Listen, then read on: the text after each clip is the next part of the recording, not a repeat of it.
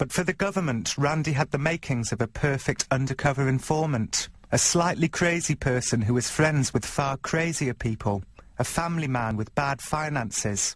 How could he turn them down? In fact, Randy made a big show of turning them down.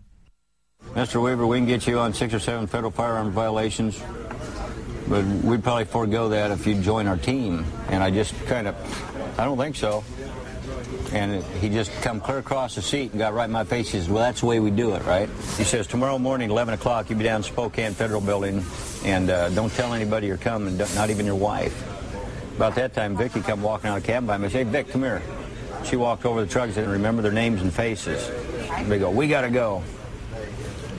Peeled out of the gravel, throwing rocks, took off. They knew I wasn't coming down Spokane the next day. Randy was indicted on the shotgun charge, feeling that he'd been coerced into committing a crime by a tyrannical government controlled by the New World Order. He decided not to show up in court. The family buried their heads in the sand. Randy let it be known that he would not be taken off the mountain alive. A family friend called Kevin Harris moved in with them. I knew I was going to lose. They had me set up as a white supremacist, gun runner, blah, blah, blah, and those people that they put on juries in North Idaho are the local brainwashed county, city fathers and mothers that will suck up and do it. If the government told them to go down Monday morning and get a walking license and pay $10 a year for it, they'd do it. From then on, I never left that property. Pretty neat view, huh? It was as if Randy and Vicki's conspiracy theories were coming true. They had moved to the mountains to escape a tyrannical government, and a tyrannical government was now coming to get them. The family took to carrying guns at all times, even the children. They became increasingly convinced that the army of the New World Order was watching them from the bushes. In fact, they were being watched from the bushes. I have to remember they were under surveillance after a period of time because Randy tried to apprehend Randy previously and not been successful. But were I closeted up on the mountain with just my family and already feeling persecuted and I know someone's watching me, my paranoia is going to increase, whether I think it's going to or not. See, most paranoid people think they're being watched and they're not.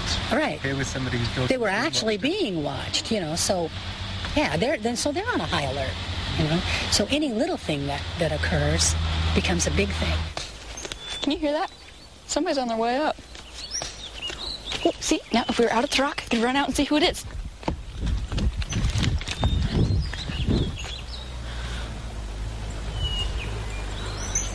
Somebody going up higher. It's too overgrown for me to see, but they're already on their way up. And that's what we do every time we hurt somebody. Jeez. Something so simple can bring back the excitement. Then the marshals come because he's avoiding arrest. They're not going to just walk away and say, oh, well, sure, you don't want to be arrested. We'll see you around. And you can't dispute the fact the man had a sawed-off shotgun and he tried to sell it to an undercover agent. You can call it entrapment or whatever you want, but he did it. Due to the remoteness of his location in the mountain, it was decided that we just kind of take a wait-and-see attitude because, again, he had 3 kids up there. And the last thing we wanted to, well, the baby came along later. And maybe in retrospect waited too long. Of course, time went on and a year went on. And the last thing that the Marshal Service wanted to do was to get into a situation where kids could get involved. And then it still fell apart. I don't have a lot of memories about me and Sam because we never really hung out together. One thing is, the day before everything happened, he had gone down to collect the seeds from his radish plants because they were really huge, just really good radishes, and he was going to plant some next year. Well, I followed him down there to talk to him and watch him or whatever, and he's all, leave me alone, quit following me, whatever. And I went behind this blown-over tree where the root was really big, and I was sitting there crying. And he came over and apologized to me and said he loved me and everything. And I guess that's what I remember most about him because he had never said anything like that to me. The marshals were up there doing the same thing they'd been doing off and on for the last 3 months. They had cameras up there. Of course, Randy had found one of the cameras. and it destroyed it.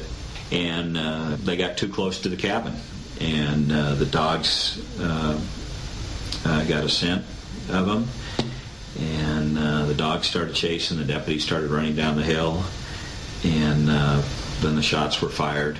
If I'd had any idea that these federal marshals were doing, they was out there dinking around, I'd have never, I wouldn't have gone out there myself, but I sure as hell wouldn't have let Sam and Kevin go running and chasing that dog after federal marshals. I mean, that'd be stupid. That was just stupid. But so I go down this logging road, down to the area they call the Y. I hear clunk, clunk, clunk. I look, and here's this guy jumps out in front of me, total cameled out. I mean, I saw his eyes and I saw his mouth move, and he yelled, "Freeze, Weaver." I said, "You." I was yelling for the boys. Boys, get home, boys. It's an ambush, right? I heard Sam yell, "I'm coming, Dad." Boom, boom, boom, boom. Then it opened up.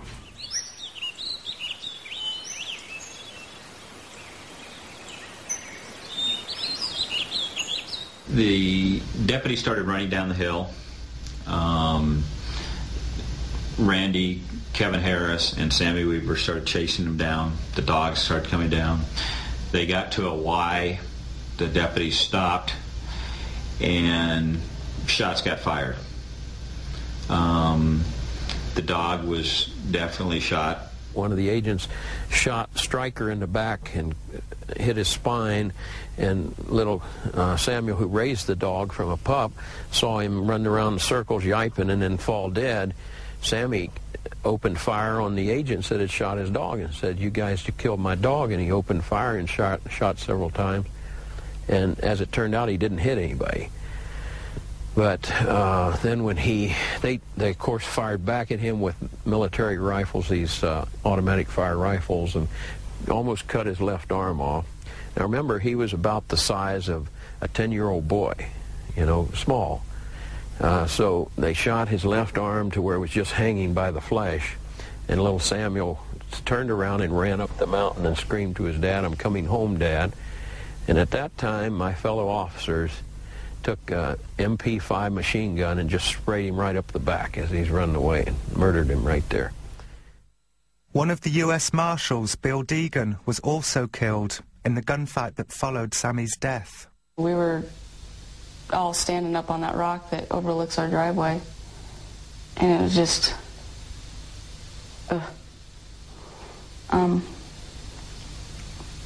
Mom and Sarah and I, and Dad was up there with us by now. We just let out a cry and just broke down. And I remember Dad fired Mom's .223 into the air, full clip. So, I mean, what happened after that? Mom, I think it was right after that, Mom said, "We gotta go get him." And so Mom and Dad went down, and Kevin went with them. And I went in the house and got Elizabeth dressed. And I never saw him. They put him in the guest shed, and Dad and Mom went in and cleaned him up and wrapped him in a sheet, I guess. It's a bad deal. You know, I didn't give a shit about nothing after that. I still don't, pretty much. See, I don't remember days. To me, it's just all one. It's like one long bad day. Vicki Weaver wrote in her diary that night that Sam was killed while chasing the servants of the New World Order. A US Marshal had been killed, so his team called for backup. A 400-strong army descended on the cabin. They sealed off the mountain. 2 miles away, down in the valley, the neighbours began a protest at the roadblock. Martial law was declared by the state governor, who called the Weaver cabin an extreme emergency and disaster area. Good afternoon. A federal agent has been shot and killed in a confrontation with a fugitive in North Idaho. We started listening to the news that night. Oh, crazy bastard, you know, white supremacists murder U.S. Marshal. Yeah, right. We murdered him. Yeah, wrong. This is a big deal now. Crazy white supremacist, and they got a dead cop. Whoa, whoa, this cop is worth more than my son? I don't think so. He ain't even worth more than my dog. Were you aware of just how many troops turned up after that? Oh, hell no.